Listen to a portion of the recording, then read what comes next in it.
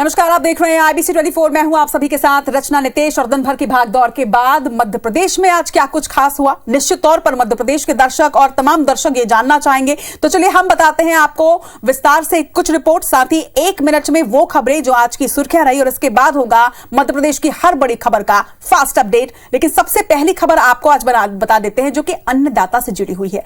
अन्नदाता तरक्की करेगा और खुश होगा तभी एक समाज और एक देश खुशहाल होगा, यह आप भी मानते होंगे। लेकिन कई बार तस्वीर इसके विपरीत नजर आती है। ऐसी ही एक तस्वीर सीहोर में नजर आई। एक किसान खाद पाने के इंतजार में था, लेकिन इसके पहले उसकी सांसें थम जाती हैं। मौत पर भले ही अब सियासत के शोर हैं, लेकिन मृतक किसान के घर में मातम और सन्नाटा है।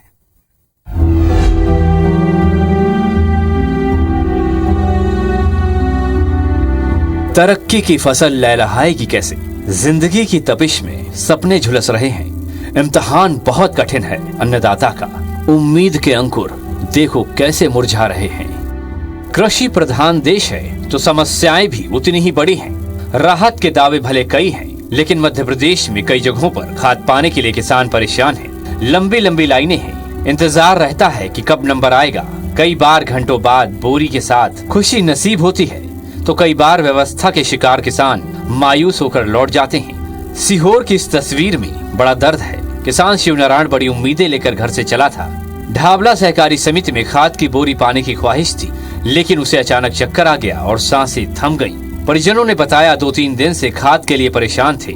बिना कुछ खाए पिए सुबह घर से निकले थे और यहाँ जिंदगी रूठ गई खाद के इंतजार में।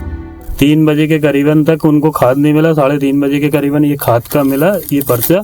अभी पर्चा जैसे ही लेके निकले वो तो 100 मीटर की दूरी पे गए होंगे और उसके बाद में गिर गए और स्पॉट पर ही खत्म हो गए। 4 बजे से मेरा किसान जाके लाइन में लगता है, उसकी वहाँ पे मृत्यु हो जाती है और यहाँ पे प्रशासन का कोई व्यक्ति नहीं आता है। परमिट लेकर वो जब वो खाद गोडाउन पर जाने लगे, रास्ते में कहीं उनको ठोकर लगी या गिर गए कि हमें नहीं मालूम किस कारण से उनकी घटना हो। इधर पूर्व मुख्यमंत्री कमलनाथ ने ट्वीट कर खाद की जमाखोरी और कालाबाजारी पर सवाल उठाए हैं। दूसरे कांग्रेस नेताओं ने भी मृतक किसान के परिवार के लिए 1 करोड़ रुपए मुआवजे की मांग की है।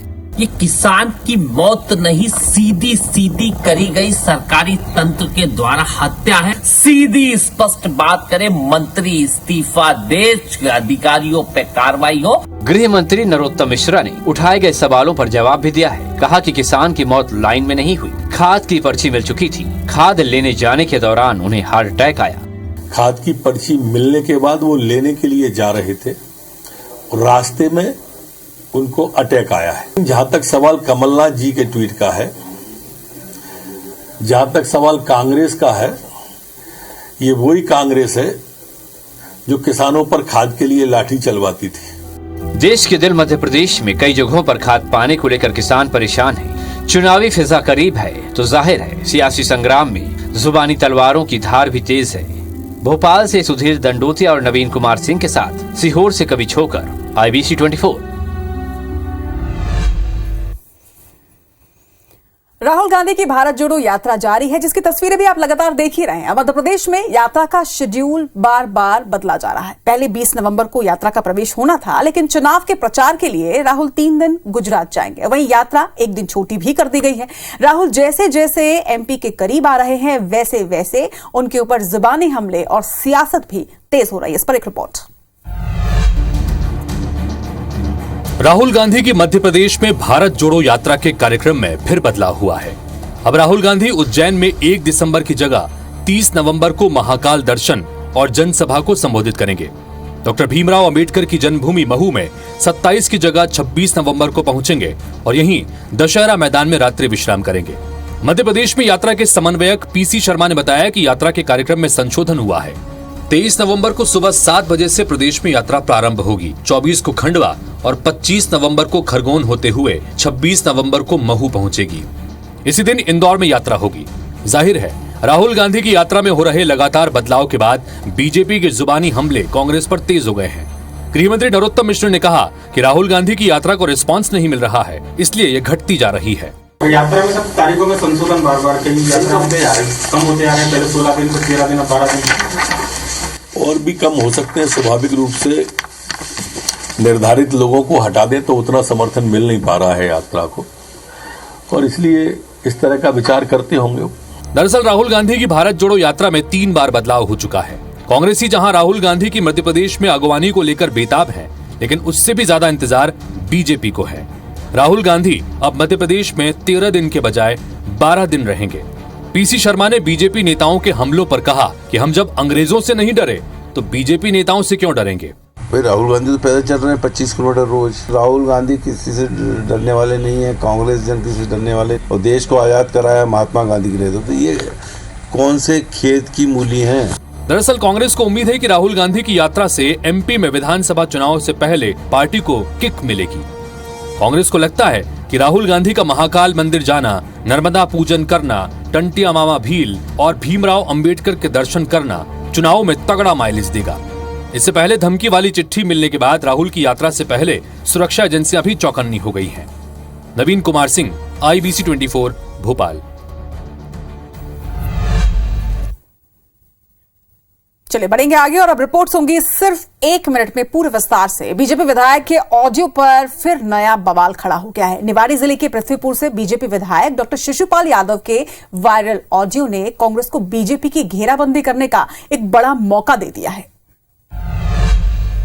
बीजेपी विधायक शिशुपाल यादव का कथित ऑडियो अनुसूचित जाति के अपमान से जुड़ा है। वायरल कथित ऑडियो में बीजेपी विधायक अपने कार्यकर्ता से बात कर रहे हैं और इस दौरान वो अनुसूचित जाति को लेकर आपत्तिजनक शब्द कहते सुनाई दे रहे हैं। नहीं तो भाई, तो हमने कभी कही क्या।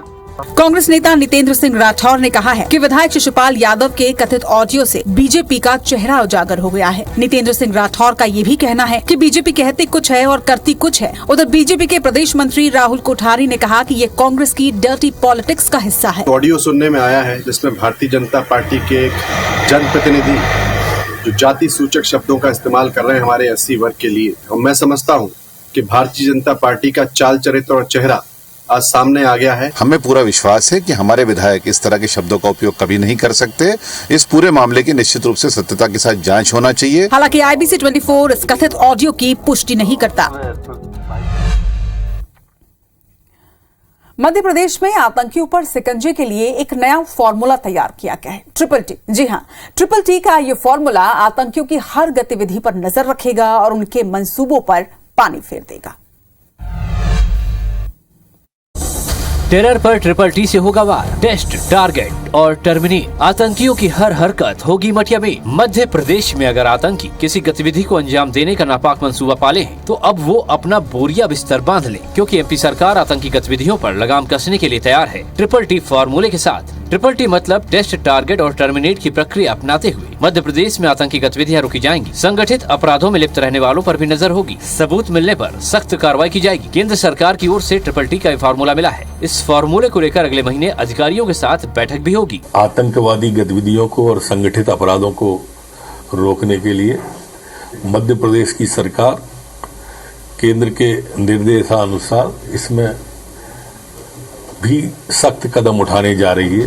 बता दें कि ट्रिपल टी फॉर्मूला किसी भी गंभीर स्थिति से निपटने के लिए उपयोग किया जाता है। इस फार्मूले के तहत किसी भी मामले की जांच या पुष्टि होने के बाद उसे टारगेट और फिर टर्मिनेट किया जाता है। मुरैना में आज बेहद दर्द भरी एक तस्वीर देखने को मिली। बिना परिजन को बताए एक बच्चे का हाथ अस्पताल में काट दिया गया, जिसमें जिला अस्पताल प्रबंधन और एक फैक्ट्री संचालक की बड़ी लापरवाही भी उजागर हुई है। इस पर एक रिपोर्ट। जिला अस्पताल में बड़ी लापरवाही, बिना परिजन को बताए काट दिया बच्चे का हाथ। मुरैना के सिविल लाइन थाना इलाके के नेशनल हाईवे 44 पर आटा फैक्ट्री में एक नाबालिग बच्चे का हाथ मशीन में जाने से बुरी तरह जख्मी हो गया। उसे गंभीर हालत में जिला अस्पताल ले जाया गया, लेकिन बड़ी हैरानी इस पर है कि बिना परिजन को बताए बच्चे का हाथ काट दिया गया और मरहम पट्टी कर निजी अस्पताल भिजवा दिया। बच्चे को एडमिट करा के हॉस्पिटल दे और पट्टी करा के उसके बाद में राजपूत हॉस्पिटल में भर्ती करवाए और उसको हाथ कटवाए डाला। हम आए पहुँचने से पहले भी उसका हाथ कटवाए डाला। परिजन की शिकायत पर पुलिस ने फैक्ट्री मालिक संजय माहेश्वरी और जिला अस्पताल के डॉक्टर नीलेश गुप्ता पर केस दर्ज कर लिया है। तो वेरीफाई किया तो मालूम पड़ा कि मशीन पे वो काम कर रहा था, इस वजह से उसका हाथ कटा है और डॉक्टर द्वारा लापरवाही बरतते हुए बगैर परिजनों को सूचना के दिए उसके हाथ को काट दिया है। उसमें एक आपराधिक प्रकरण अंतर्गत 287 337 IPC का प्रकरण पंजीबद्ध किया गया है। Red Rose Marketing Limited factory के मालिक पर आरोप है कि हादसे के बाद उन्होंने परिजन को जानकारी नहीं दी और बिना बताए जिला अस्पताल भिजवा दिया था। इधर भिंड में एक बार फिर से प्रशासन का बुलडोजर चला है। इस बार स्कूल भवन को जमींदोज किया गया है। क्यों, ये इस रिपोर्ट में आपको दिखाते हैं। मध्य प्रदेश में अपराधियों के खिलाफ प्रशासन का एक्शन जारी है। रविवार को भिंड के आरकेडी स्कूल को नेस्तनाबूद किया गया। वजह थी मासूम की हत्या। दरअसल स्कूल के संचालक पवन शर्मा पर श्रीराम कॉलोनी में रहने वाले 11 साल के मासूम आर्यन शर्मा की हत्या का आरोप है। पवन पर कर्जा था, जिसकी वजह से उसने आर्यन का अपहरण किया, फिरौती मांगी, लेकिन मामला बिगड़ता देख बच्चे की हत्या कर दी और शव को स्कूल के बगल वाले खाली प्लॉट पर फेंक दिया। पुलिस की शुरुआती जांच में पवन शर्मा को दोषी पाया गया। शिकायत प्राप्त हुई थी कि आरकेडी सेंट्रल एकेडमी एक है जो अवैध रूप से स्कूल को चलाया जा रहा था। सुनवाई का अवसर देते हुए इन्हें नोटिस दिया गया, कोई जवाब नहीं आया। ऐसी स्थिति में हमने उसको एफआईआर के अनुरूप उसका तोड़ दिया। यह अवैध बिल्डिंग का निर्माण था, जिसको भी तोड़ दिया। हम बार बार यही कहते हैं कि हमारी अतिक्रमण विरोधी कार्रवाई चलती रहेगी। मध्य प्रदेश में वैसे तो अपराधियों के घर को तोड़ना आम है, लेकिन इस बार आरोपी के स्कूल को जमींदोज किया गया है। प्रशासन की इस कार्रवाई की हर तरफ चर्चा है। मध्य प्रदेश में ऑनलाइन गेम्स को लेकर सरकार बड़ा फैसला लेने जा रही है। एक कानून बनाकर ऑनलाइन गेम्स पर प्रतिबंध लगाया जा सकता है। ऑनलाइन गेमिंग को लेकर मध्य प्रदेश सरकार सख्ती के मूड में है। इसको लेकर कानून बनाने पर विचार हो रहा है, जिसका प्रारूप तैयार कर लिया गया है। इसके लागू होते ही ऑनलाइन गेम कानून के दायरे में आएंगे। जनमानस को जिन गेम्स से नुकसान होगा उन पर कार्रवाई होगी। इसे लेकर रेगुलेटरी बॉडी बनाने पर भी सरकार विचार कर रही है, जिसके बाद मध्य प्रदेश में ऑनलाइन गेम पर पूरी तरह से प्रतिबंध लगा दिया जाएगा। ऑनलाइन गेमिंग का इसमें गृह विभाग ने अब प्रारूप को अंतिम रूप दे दिया है और अब ये कानून के दायरे में आ जाएगा। जो पूर्व का कानून था द्रुत कीड़ा वाला, जुआ एक्ट वाला, उसमें संशोधन करके इसको वरिष्ठ सचिवों की समिति के लिए भेजा जा रहा है और रेगुलेटरी बॉडी बनाने के बारे में भी इसमें विचार है। और ऑनलाइन गेम मध्य प्रदेश में प्रतिबंधित कैसे होंगे, ये सारा का सारा प्रस्ताव वरिष्ठ समिति को जा रहा है। प्रदेश सरकार के मंत्री नरोत्तम मिश्रा ने कहा है कि जल्द ही अधिकारियों के साथ बैठक कर इसे लागू किया जाएगा। फिलहाल इसका मसौदा तैयार हो चुका है। आर्मी की वर्दी में एक युवक गिरफ्तार किया गया है। आर्मी की वर्दी, जिसका अलग सम्मान होता है, उस वर्दी को पहने एक आम युवक नजर आया है। अपने आप को ऑफिसर बताकर युवाओं को झांसा भी दिया करता था। ये युवक युवाओं को नौकरी दिलाने का झांसा देता था। देखिए, ये जो तस्वीर आप देख रहे हैं, आपको इस वर्दी को देखकर शायद ये लगे कि ये कोई आर्मी ऑफिसर है और आपके मन में उनके लिए इज्जत लेकिन ये युवक इस वर्दी का नाजायज फायदा उठा रहा था। अपने आप को ऑफिसर बताते हुए लोगों को सेना में नौकरी दिलाने की बात करता था। आर्मी इंटेलिजेंस और सेना ने अब इस युवक को गिरफ्तार कर लिया है। शाहजहानाबाद पुलिस ने एफआईआर भी दर्ज कर ली है। तो युवाओं को नौकरी दिलाने का ये युवक झांसा दिया करता था। हालांकि अब गिरफ्तार कर लिया गया है ये युवक। ग्वालियर से भी बड़ी खबर आपको बता दें, जहां पर 50 लाख कीमत के 370 ग्राम हेरोइन जब्त की गई है। 2 तस्करों को पुलिस ने इस पूरे मामले में गिरफ्तार भी कर लिया है। भिंड और ग्वालियर के दोनों आरोपी रहने वाले बताया जा रहा है। वही कार से ड्रग की तस्करी किया करते थे और पुलिस आरोपियों से इस वक्त पूछताछ में जुटी हुई है। क्राइम ब्रांच और मुरार पुलिस ये कार्रवाई कर रही है। तो हेरोइन के साथ बड़ी मात्रा में निश्चित तौर पर यहाँ पर हेरोइन जब्त की गई है। पुलिस आरोपियों से इस वक्त पूछताछ में जुटी हुई है। संभवतः और भी कुछ खुलासे इस पूरे मामले में हो सकते हैं, लेकिन ये बड़ी खबर ग्वालियर से, जहां पर 50 लाख रुपए के 370 ग्राम हेरोइन को जब्त किया गया है।